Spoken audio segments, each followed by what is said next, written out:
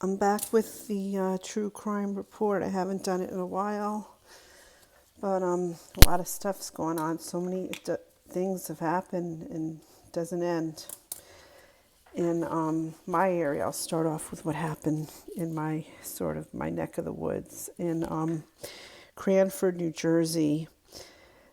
Two girls, Maria Neotis and Isabella Salas. They were riding their e-bikes, and the suspect, Vincent Bataloro, he was the person that ran them over or hit them going 70 miles an hour on Burnside Avenue, excuse me, in Cranford, New Jersey.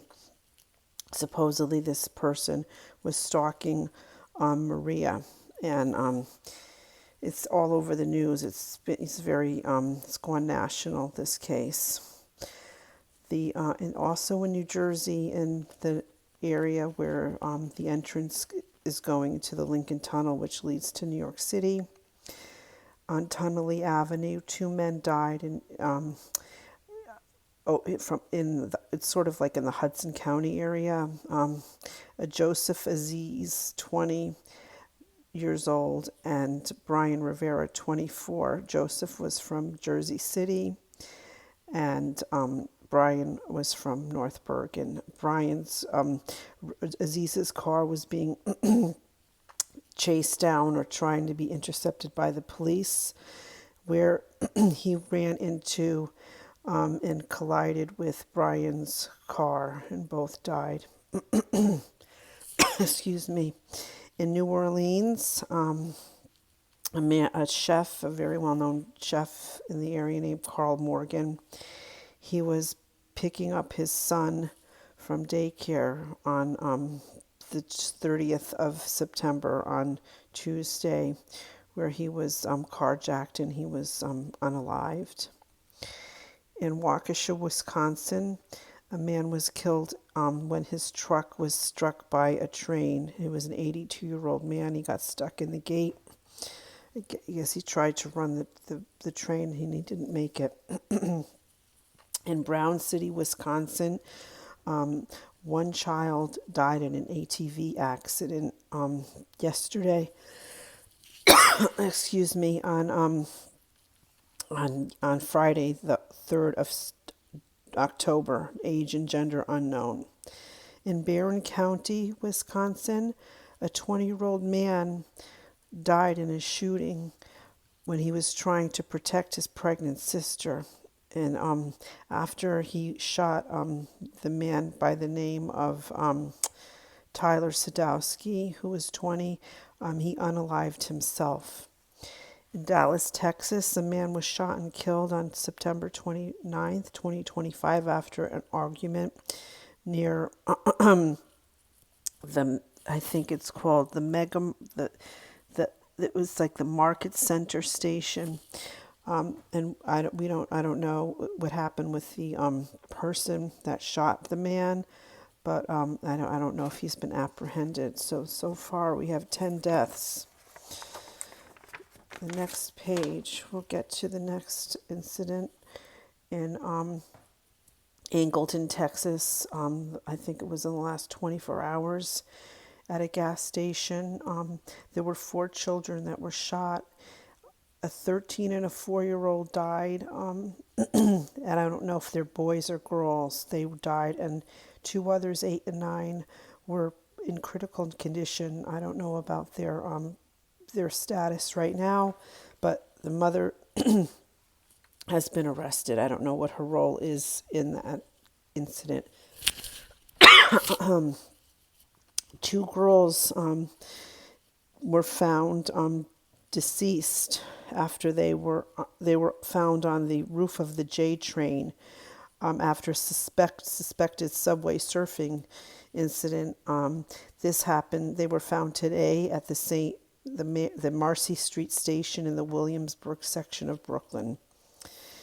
In the Jamaica section of Queens, New York, 2 men were killed in a shooting, ages 37 and 41. It happened at 116th Road.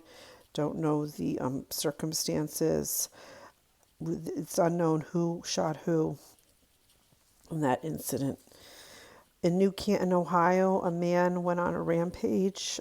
He went on a real crazy rampage. He went and shot his in-laws, and he then shot his wife, then unalived himself. There were 3 deaths in that. The wife survived. In the Bronx, New York, at Lincoln Hospital, a 55-year-old woman was attacked in her sleep by her mentally ill roommate, and she had to go to surgery, and she died from the head trauma. The surgery was not successful, so that's one woman that died.